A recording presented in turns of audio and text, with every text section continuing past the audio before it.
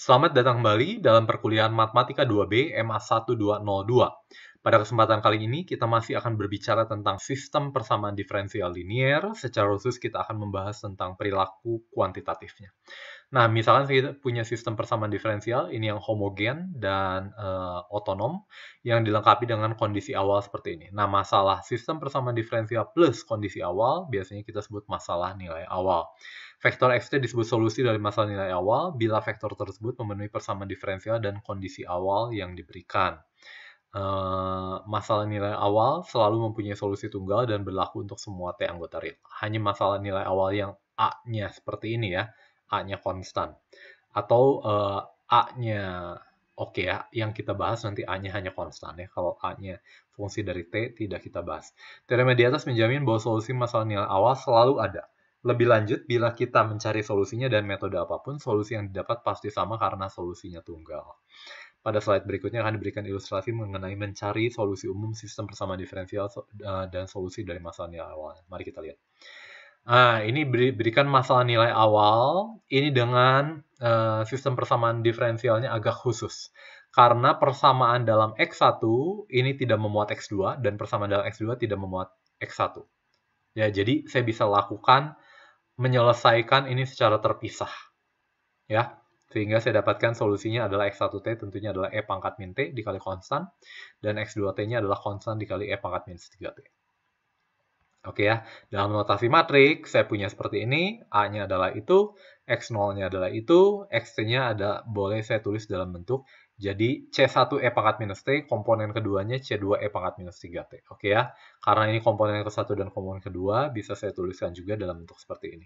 Dan saya bisa punya A seperti ini. Oke ya, jadi sebut X1T itu adalah ini, dan X2T adalah ini. Jadi nanti kombinasi linier dari X1 dan X2, dia adalah solusi. Oke, hati-hati notasinya, X1 itu adalah fungsi yang komponen pertama, X2 komponen kedua, tapi X1T bar itu artinya dia adalah vektor. Kalau kamu lihat di sini ya, X2 bar. Oke. Tunjukkan bahwa X1 dan X2 masing-masing adalah solusi. Coba. Dengan cara yang sama, tunjukkan ini kombinasi liniernya juga adalah solusi. Kamu coba juga ya. Nah, nilai C1 dan C2 ditentukan dari kondisi awal. Jadi tinggal kita substitusi sehingga saya dapat C1-2 dan C2-5. Jadi solusi masalah nilai awalnya adalah seperti ini. Oke ya, jadi ini saya sudah tahu perilaku kuantitatifnya. Hanya tinggal kita lihat apa yang terjadi. Apa yang terjadi. Kalau kamu lihat 1, 0. 1, 0. Oke ya, kelipatan dari 1, 0 itu adalah seluruh ini ya, sumbu X1. Dan kelipatan dari 01 adalah sumbu X2. Oke ya. Jadi kalau kamu lihat untuk T menuju tak hingga, maka ini akan menuju 0. Jadi kamu ada dimanapun, kamu akan menuju ke X1 sama dengan 0. Menuju ke X1 sama dengan 0. Dan cara yang sama, ini saya punya perilaku di sekitar ini, dimanapun kamu akan memenuhi ini, E pangkat minus 3T. Jadi untuk T menuju tak hingga, dia akan menuju 0. Jadi dia akan menuju 0. Dan kelakuan di sekitarnya itu ditentukan oleh kelakuan di sini ya, di kombinasi linear dari 1, 0 dan kombinasi linear dari 0, 1. Jadi kelakuannya ditentukan oleh kelakuan di 1, 0 dan kelipatan dari 0, 1. Oh, kamu lihat nih, semuanya kelakuannya sesuai dengan di sekitarnya sesuai dengan kelakuan di sininya ya. Jadi di sini semua masuk. Yang kalau kamu ingat ini adalah node. Oke ya, adalah sink. Kurva warna merah adalah solusi dari masalah nilai awal. Jadi nanti nilai awalnya bisa dimacam-macam. Ini kebetulan karena di sini, maka dia akan masuk sini. Tapi jangan lupa dia hanya mendekati 0. Jadi dia tidak pernah menyentuh 0,0. Hati-hati. Nah, ini ada prosedur umum mencari masalah nilai awal. Jadi berbekal dari pengalaman kita yang tadi, kalau diberikan masalah nilai awal ini, oke, ini prinsip superposisi, ya kombinasi linear dari solusi merupakan solusi.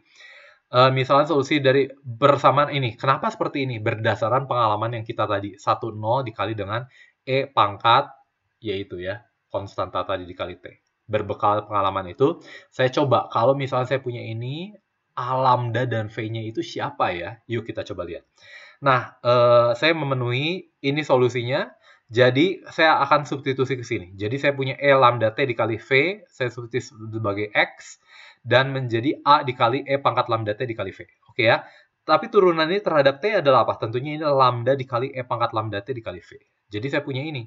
Oke ya. Dan E pangkat lambda T tidak pernah 0. Jadi saya bisa coret sehingga saya tinggal punya AV 9 lambda V. Jadi ini adalah apa? Kalau kamu masih ingat, ini adalah permasalahan mencari nilai eigen dan vektor eigen. Jadi ternyata solusi yang saya cari kalau A-nya itu adalah konstan, oke ya, ini adalah vektor eigen dikali dengan E pangkat nilai eigen dikali T. Itu solusi pertama, X1. X2-nya vektor eigen kedua dikali dengan nilai eigen yang berkorespondensi dengan vektor eigennya dikali dengan T. Tentunya solusi lengkapnya adalah kombinasi linear C1 dikali ini ditambah C2 dikali yang kondisi keduanya. Oke ya. Dari persamaan terakhir ternyata oke, pada pembahasan kita akan batasi matriks A yang mempunyai dua nilai eigen berbeda. Oke ya. Untuk yang kembar tidak, sehingga terdapat dua pasangan eigen yaitu lambda 1 V1 dan lambda 2 V2. Solusi umum dari sistem persamaan diferensial ini adalah seperti ini. Konstan C1 ditentukan dari syarat awalnya. Oke, kita coba melihat sekarang aplikasikan pada beberapa titik yang kita mau cari. Tentunya titik yang kita cari adalah titik keseimbangan yang bersifat saddle dan titik keseimbangan yang node yang tadi ya. Kita coba lihat ya. Ini ada hubungan juga dulu ya tentang pada akhirnya bahwa dia akan mendekati titik jadi yang tadi 1001 ternyata adalah vektor eigen gitu ya. Yang tadi kita bahas, 1001 dikali E pangkat T dikali E pangkat min T dan tambah 01 dikali E pangkat minus 3T itu adalah vektor eigen dan kelipatannya ini vektor eigen. Nah, kelipatan ini nanti pada akhirnya kita sebut adalah ruang eigen. Ini adalah ruang eigen. Jadi, perilaku solusi itu pada akhirnya dia akan mengikuti perilaku di ruang eigennya. Ruang eigennya perilaku di garis oranye ini ya. Jadi, dia akan mengikuti kelakuan di sekitarnya itu mengikuti kelakuan di garis oranye yang adalah ruang eigennya.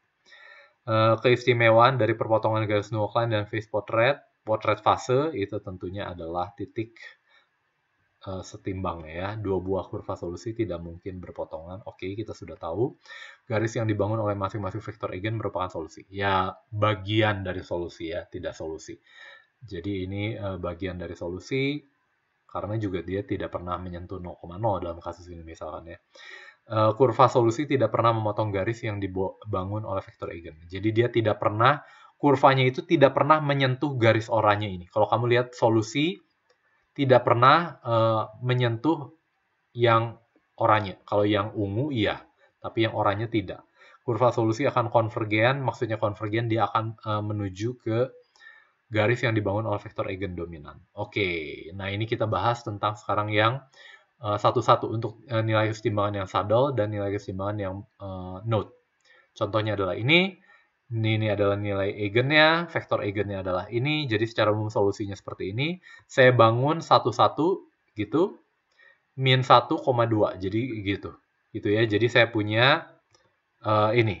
Nah, ini adalah ruang eigen atau kombinasi linear dari vektor eigen yang pertama.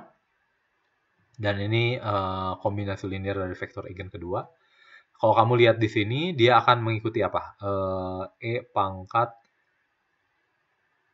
T. Jadi dia akan keluar. Di sini dia akan keluar.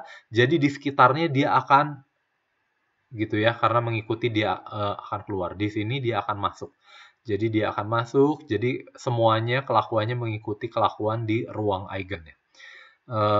Kondisi awal di sini saya punya kondisinya seperti ini. Oke ya. Jadi nanti kalau saya gambar plot waktunya X terhadap T, saya punya adalah seperti ini ya, dan X2 adalah seperti ini. Oke, yang terakhir ini tipe node. Oke, nah dalam hal ini lambda benar 1, lambda benar 4. Oke, jadi saya punya, dia akan keluar, dia akan makin lama makin membesar kan untuk T menuju tak hingga, ini juga sama.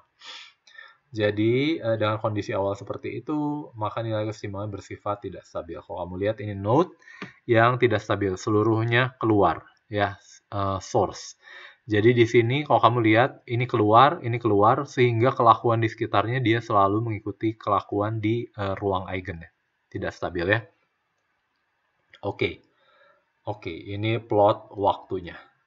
Oke, ini contoh lagi. Ini node tapi yang stabil ya. Oke ya, mengikuti kelakuan di ruang eigennya. Ya masuk gitu ya, masuk. Oke, dan ini. Oke. Jadi kalau dua-duanya negatif nilai eigennya nanti akan stabil. Kalau ada yang tidak, kalau ada yang positif pasti dia tidak stabil. Oke, ini masalah terakhir adalah aplikasi dari sistem persamaan diferensial linear. Kita bahas di dalam pembahasan selanjutnya. Terima kasih.